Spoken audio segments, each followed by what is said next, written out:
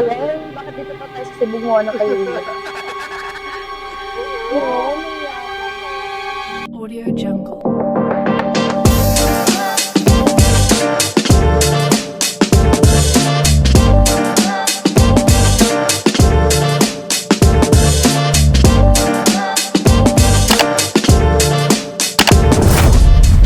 Isa lang ang alam ko, mahal na mahal kita. Ikaw lang ang gusto kong makasama sa pagtanda.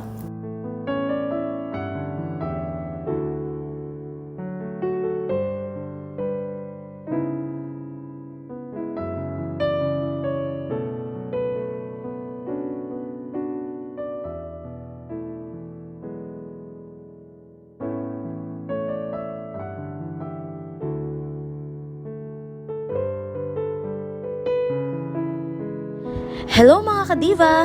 Tulad ng sinabi ko last episode, may isang nakakakilig na sorpresa ang naranasan ko during our Cebu trip. Allow me to share this moment sa inyong lahat.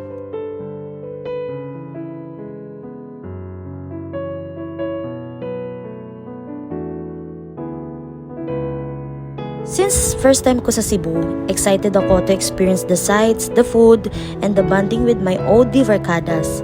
Handang-handa na akong simulan ang shoot para sa vlog. Lingid sa aking kaalaman, ay may magaganap palang mahalagang event sa buhay ko na hindi ko akalaing dito pa sa Cebu mangyayari.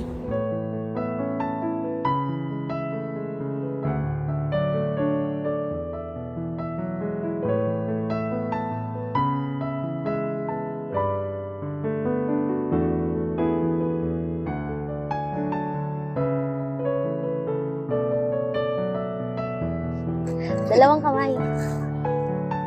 Dalawang kamay. Dalawang kamay.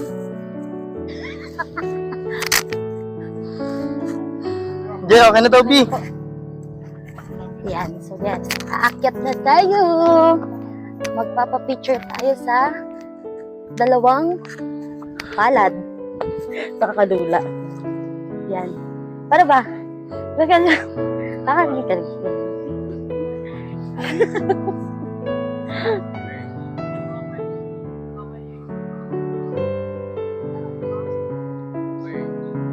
Tapos Hala!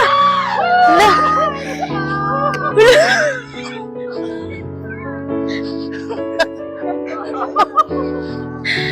Bali! Hindi. Matagal ko na tong ano eh.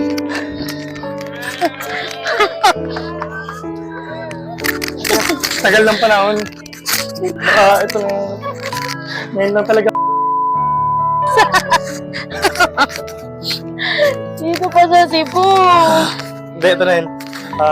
Siyempre, 10 years. Tapos, dapat matagal na ito eh. Ngayon lang natin siyempre. Gusto mo na bang maging Mrs. Encina? Siyempre. Ano? Everything just seems so right. Now that I have you, I'm alive. You are the Nung lumukod ako sa harap mo, sakto namang sumabay ang banayad na ulan. Sabi ko sa sarili ko, pati ang langit ay sumusuporta sa gagawin ko.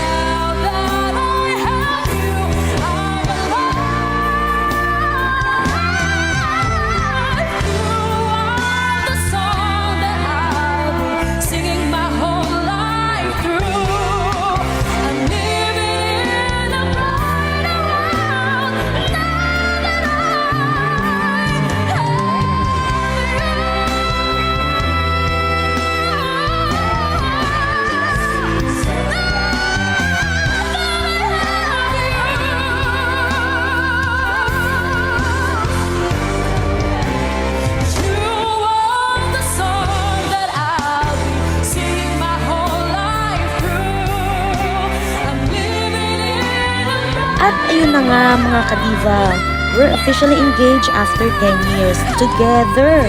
Isang kabanata na naman ng aming buhay ang magbubukas. Exciting!